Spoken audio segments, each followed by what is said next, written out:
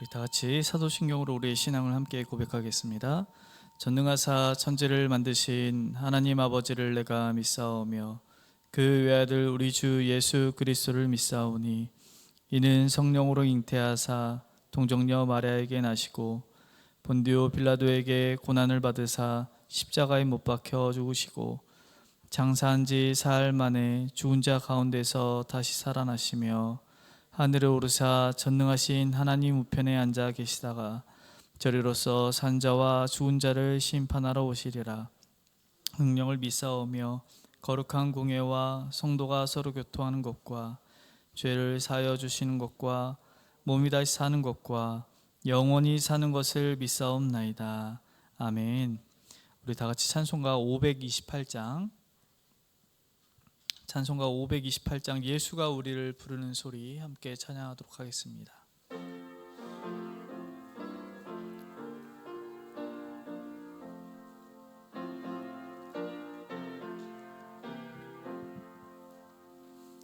예수가 우리를 부르는 소리 금성 부드러워 문 앞에 나와서 사면을 보면 우리를 기다리네. 오라 오라 방황치 말고 오라 죄 있는 자들아 이리로 오라 주 예수 앞에 오라 간절히 오라고 부르실 때에 우리는 지체하랴 주님의 은혜를 왜 아니 받고 못 들은 채 하려나. 오라 오라 방황치 말고 오라 죄 있는 자들아 이리로 오라 주 예수 앞에 오라. 세월이 살같이 빠르게 지나 쾌락이 끝이 나고 사망의 그늘이 너와 내 앞에 둘리며 가리우네. 오라 오라 방황치 말고 오라 죄 있는 자들아 이리로 오라 주 예수 앞에 오라. 우리를 위하여 예비해 두신 집이 있어 죄 많은 세상을 떠나게 될 때 영접해 주시겠네. 오라 오라 방황치 말고 오라 죄 있는 자들아 이리로 오라 주 예수 앞에 오라. 아멘. 이 시간 함께 나눌 하나님 말씀은 예레미야 34장 1절부터 7절까지의 말씀입니다. 구약성경 1108페이지에 있는 예레미야 34장 1절부터 7절까지 저 한 절 여러분 한 절 마지막 절 합독하도록 하겠습니다. 1절입니다. 바벨론의 느부갓네살 왕과 그의 모든 군대와 그의 통치하에 있는 땅의 모든 나라와 모든 백성이 예루살렘과 그 모든 성읍을 칠 때에 말씀이 여호와께로부터 예레미야에게 임하여 이르시되 이스라엘의 하나님 여호와께서 이와 같이 말씀하시니라. 너는 가서 유다의 시드기 왕에게 아뢰어 이르기를 여호와의 말씀에 보라, 내가 이 성을 바벨론 왕의 손에 넘기리니 그가 이 성을 불사를 것이라.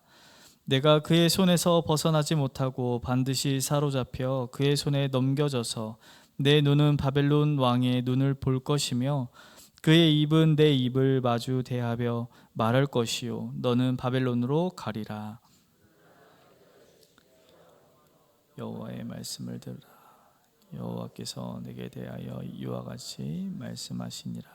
내가 칼에 죽지 아니하고 평안히 죽을 것이며 사람이 너보다 먼저 있은 내 조상들 곧 선왕들에게 분향하였던 것 같이 내게 분향하며 너를 위하여 애통하기를 슬프다 주여 하리니 이는 내가 말하였음이라. 여호와의 말씀이니라 하시니라.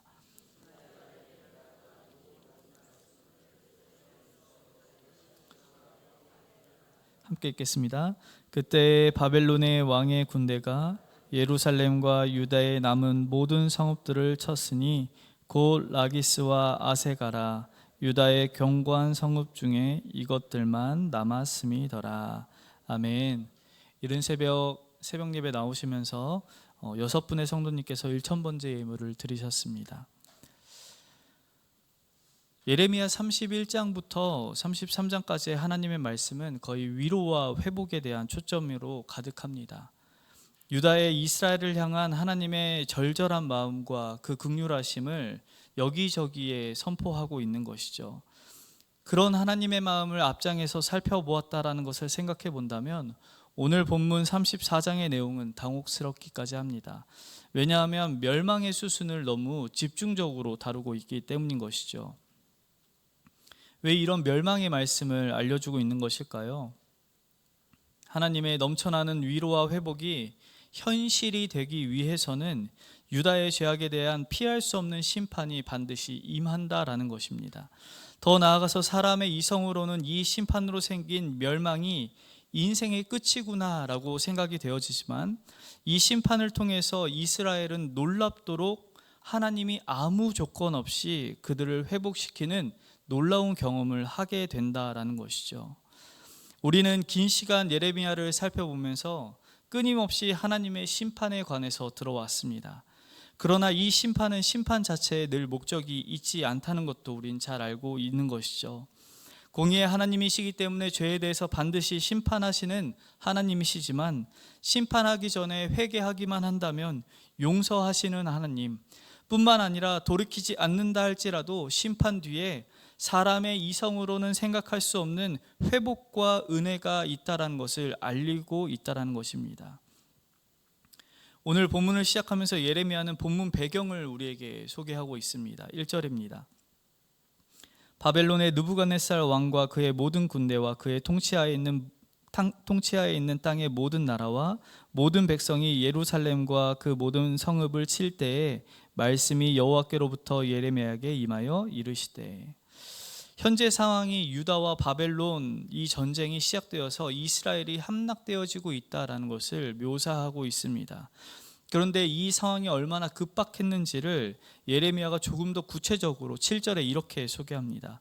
그때 바벨론의 왕의 군대가 예루살렘과 유다의 남은 모든 성읍들을 쳤으니 곧 라기스와 아세가라 유다의 견고한 성읍 중에 이것들만 남았음이더라. 바벨론의 군대의 전면적인 공격으로요, 이 예루살렘 남쪽 지역에 위치한 이 라기스와 아세가 이 두 성읍을 제외하고 모두가 멸망했고 단 이 두 곳만 겨우 저항하고 있다. 그래서 예루살렘 역시도 지금 함락되어지고 있다라고 얘기하고 있다라는 것이죠. 하나님의 심판이 지금 실행되고 있다라는 것입니다. 이것이 하나님의 심판이라고 인정한다면 시드기야는 이제 대항해야 되는 것이 아니라 받아들여라라고 예레미야가 이야기하고 있다라는 것입니다. 그러나 오늘 시드기야는 하나님의 말씀에 불순종하고 애국 군대를 끼어들이기까지 노력합니다. 어쩌면 이것이 왕으로서 당연한 일이 아닐까 싶습니다. 왕이 어떻게 나라를 포기하고 적군에게 고개를 수그리며 왕에게 생명을 강구하겠습니까? 왕으로서는 지극히 당연해 보이는 일을 시드기야가 하고 있는 것이죠.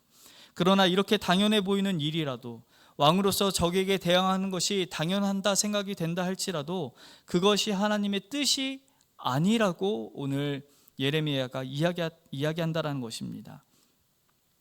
하나님의 뜻은 우상 숭배를 하고 하나님의 은혜를 잊어버린 유다 백성을 바벨론의 용광로라는 것을 통하여서 불순물을 제거하는 70년의 시간이 모두 지나야만 예루살렘으로 다시 회복시키시는 하나님의 은혜가 있다라고 선포하고 있다라는 것이죠. 이렇게 명확하게 하나님의 뜻을 예레미야를 통해서 시드기야에게 선포하고 있습니다. 그럼에도 그는 어떻게 행동합니까? 끝까지 대항하는 것이죠. 시드기야는 끝까지 하나님의 말씀과는 반대되는 대로 끝까지 잔혹한 멸망을 싸움을 통해서 보고 있습니다. 그래서 그가 어떻게 됩니까? 3절에 시드기야가 처해야 할 상황에 대해서 이렇게 묘사합니다. 내가 그의 손에서 벗어나지 못하고 반드시 사로잡혀 그의 손에 넘겨져서 내 눈은 바벨론 왕의 눈을 볼 것이며 그의 입은 내 입을 마주 대하여 말할 것이요 너는 바벨론으로 가리라. 결국 그가 바벨론의 포로로 잡혀가는 신세가 될 것이다 이야기하고 있습니다. 같은 내용을 다루었던 21장에 하나님은 두 길이 있다. 너에게는 죽음의 길과 생명의 길이 있다. 지금도 늦지 않았으니 두 길 중에 너는 택하라 라고 이야기하고 있었습니다. 그리고 오늘 역시도 하나님은 전쟁 중인 시드기야에게, 이미 패망의 기로에 선 시드기야에게 너에게 여전히 두 길이 있는데 이 죽음의 길을 선택하지 말고 생명의 길을 선택하라. 바벨론에게 항복하는 것이 곧 하나님의 뜻이니 느부갓네살 칼에 비참한 죽음을 면할 수 있는 길을 내가 열어줄 테니 이제 돌아오라 라고 얘기하면서 5절에 이렇게 얘기합니다. 내가 말하였음이라. 내가 말하였다. 이것이 단순히 하나님이 언급했다라는 것을 이야기하는 것이 아니라 하나님이 약속했다라고 이야기하는 것이죠. 이렇게 약속을 주시는 이유는 하나님의 심판의 도구인 느부갓네살의 공격을 반드시 수용한다면 시드기야와 이스라엘 백성이 죄를 범한 것을 인정한 것이요 그의 징계를 기꺼이 감당하겠다라고 선포하는 것이기 때문에 하나님이 약속한다라는 것입니다. 이제 시드기야의 차례가 돌아왔습니다. 선택을 해야 되는 것이죠. 시드기야의 전쟁은 패배가 뚜렷했습니다. 7절에서 말했듯이 아기스와 아세라만 남았습니다. 7절에 이스라엘의 상황은 현재 상황이 얼마나 절박하고 처절한지를 보여주고 있습니다. 시드기야의 결정은 자신뿐만이 아니라 이스라엘 전체의 삶에 걸린 결정이었습니다. 개인의 문제를 넘어 예루살렘과 온 유대의 생명의 죽음이 결정될 수 있는 중요한 의미를 담고 있는 것이죠. 그러나 여기서 자세히 보시면 시드기야가 항복한다고 해도 예루살렘은 느부갓네살의 손에 넘어간다라는 것을 확증하고 있습니다. 이미 하나님의 결정이기 때문에 그렇다라는 것이죠. 다만 예루살렘이 불타서 전소되는 것과 시드기야가 포로로 끌려가 비참한 죽음을 맞이하게 되는 것만 면하게 될 것이다 라고 오늘 이야기합니다. 오늘 본문 1절과 7절까지의 내용을 보면 그가 어떤 결정을 했는지 언급하지는 않습니다.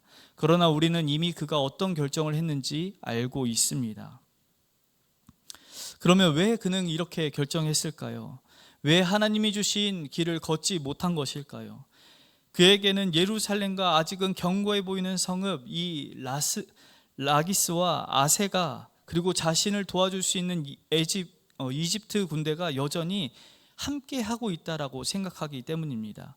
이 거짓된 안전의식이 하나님께로 돌아가지 못하게 하는 걸림돌이 되었다라는 것이죠. 우리로 하여금 하나님으로부터 멀어지게 하는 것이 무엇입니까? 나는 안전하다라고 느끼게 만드는, 하나님으로부터 멀어지게 만드는 것은 무엇입니까? 하나님이 없다 할지라도 내 인생은 안전합니다라고 느끼는 것, 돈일 수 있고 내 학벌일 수 있고 내 사업장일 수 있고 내 자녀들일 수 있고 어느 것이든 내 안전을 확보한다고 얘기한다면 우리는 시드기야 같이 내 인생 가운데 하나님과에서는 멀어지고 죄와 절망 가운데서 헤매이는 인생이 되고 만다라고 오늘 성경은 이야기하고 있다는 것이죠. 이때 우리에게 필요한 게 무엇이겠습니까? 그게 바로 구원입니다. 성경에서 말하는 구원이라는 개념은 단순히 내 영혼의 구원, 영원한 생명을 얻은, 영생을 얻은 것만을 구원이라고 이야기하지 않습니다. 이렇게 내 영혼이 구원받았음에도 불구하고 내 삶 속에서의 구원, 내가 죄 가운데서 거함으로 내 마음대로 선택함으로 하나님과 멀어져서 인생의 파탄을 맞이할 때 그 삶 속에도 여전히 현재의 삶에서 구원이 필요하다라고 이야기한다라는 것이죠.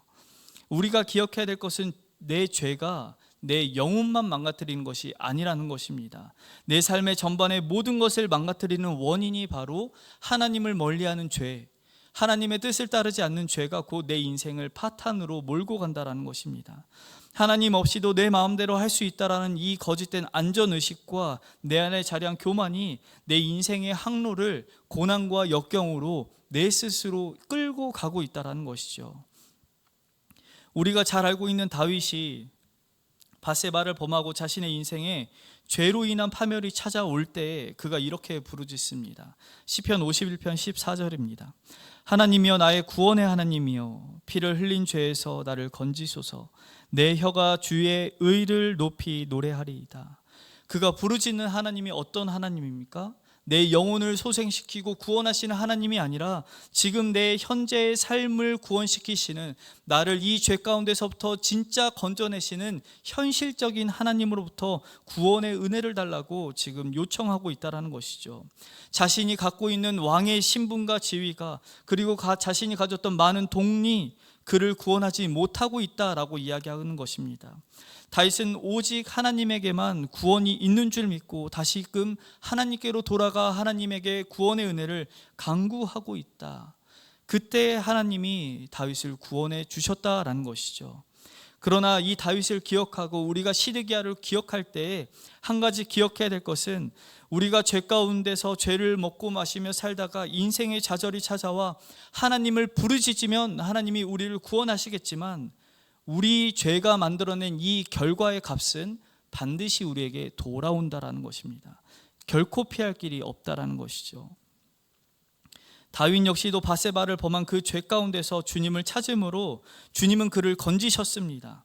오늘 본문에 있는 시드기야에게도 너가 회개하고 되돌아오기만 한다면 너를 건지겠지만 너가 여전히 예루살렘은 멸망할 것이고 포로로 끌려갈 것이다 라고 이야기하고 있다는 것이죠. 다윗은 그 죄의 결과가 무엇이었습니까? 그 죄의 결과로 암논과 다말, 압살롬과 암논, 압살롬과 솔로몬 등의 자신의 자녀들이 죄악의 결과로 끝까지 파멸의 왕궁을 이끌고 나갔다라는 것이죠. 그의 죄로 말미암아 만들어진 결과가 결코 피하지 못할 삶이었다라는 것입니다. 사랑하는 성도 여러분, 꼭 늙더라도, 비록 내 죄의 비참한 결과가 눈에 보인다 할지라도 여호와 하나님께 돌아가시기 간절히 소망합니다. 여호와 하나님은 우리를 건지시는 이시요 우리의 유일한 구원자 되신다는 사실을 꼭 믿고 내 삶에 내 거짓된 안전을 다 버리십시오. 여러분의 돈도, 여러분의 명예도, 내 자신의 건강도, 내 자녀도, 내 사업장도 그 어떤 것도 내 안전이 아닙니다. 우리 삶의 안전은 누구입니까? 오직 여호와 하나님, 그 여호와 하나님만을 신뢰하고 부르짖어 하나님의 은혜를 맛보시는 우리 모든 성도님들 되시길 간절히 축복합니다. 함께 기도하겠습니다. 사랑하는 하나님 아버지, 우리 삶에 많은 어려움이 찾아올 때 우리가 한 번쯤 돌아보는 것, 아버지 정말 우리 삶에 이 죄악된 모습이 있는지 없는지 날마다 돌아보면서 우리의 걸음을 걸어갑니다. 사랑하는 주님, 우리 삶에 아버지 여전히 죄가 남아있고 하나님과 멀어지고 있는 거짓된 안전이 있다면 이 안전으로부터 멀어지고 하나님과는 가까워져서 하나님이 주시는 은혜의 단비를 맛보며 살아갈 수 있도록 인도하여 주시옵소서. 그럼에도 불구하고 우리 삶에 아버지 이 죄로 말미암은 결과가 아버지 우리를 찾아올 때 아버지 너무 크게 낙담하지 않게 인도하여 주시고 그 죄 가운데서 우리를 건지시며 먹이시고 입히시며 구원의 은혜를 베푸시는 하늘의 아버지가 나의 아버지인 줄 알고 늘 하나님 아버지와 동행하는 우리가 될 수 있도록 인도하여 주시옵소서. 그래서 주님, 우리 안에 있는 죄를 속히 주 안에 고발하며 회개하여 주님께 은혜를 누릴 수 있는 모든 주님의 자녀되게 도와주시옵소서. 특별히 주님, 이렇게 새벽 예배에 나오면서 주님께 예물 드립니다. 마음을 다하여서 1000번째 예물 드리며 주님 기도하는 중에 있사오니 아버지 우리의 기도를 받아주시고 예물을 드린 주님의 자녀들의 기도가 속히 응답되는 주님의 귀하고 복된 역사가 있을 수 있도록 은혜 베풀어 주시옵소서. 주님, 이 새벽에도 여전히 주님을 찾으며 울부짖는 아버지 많은 환우와 우리 환우의 가족들이 있습니다. 아버지 병 낫기를 위하여 간구하는 자에게 아버지 은혜 베푸신다 하셨사오니 정말 말라기에 서 있는 여호와의 광선이 우리를 낫게 하여 주시며 치료케 하시는 놀라운 역사가 이날 이 시간 기도하는 중에 나타날 수 있도록 은혜 베풀어 주시옵소서. 그래서 우리 제2교회의 모든 기도의 소리가 하나님의 은혜의 강구요, 하나님께서 주시는 복에 대한 아버지 찬송이 넘쳐날 수 있도록 우리의 입술과 우리의 삶을 주관하여 주시옵소서. 그렇게 우리 삶 가운데 일하여 주실 우리 구주 예수 그리스도의 이름으로 기도드립니다. 아멘. 하늘에 계신 우리 아버지여, 이름이 거룩히 여김을 받으시오며 나라의 임하옵시며 뜻이 하늘에서 이룬 것 같이 땅에서도 이루어지리이다. 오늘날 우리에게 일용할 양식을 주옵시고 우리가 우리에게 죄 지은 자를 사하여 준 것 같이 우리 죄를 사하여 주옵시고 우리를 시험에 들게 하지 마옵시고 다만 악에서 구하옵소서. 대개 나라와 권세와 영광이 아버지께 영원히 있사옵나이다. 아멘.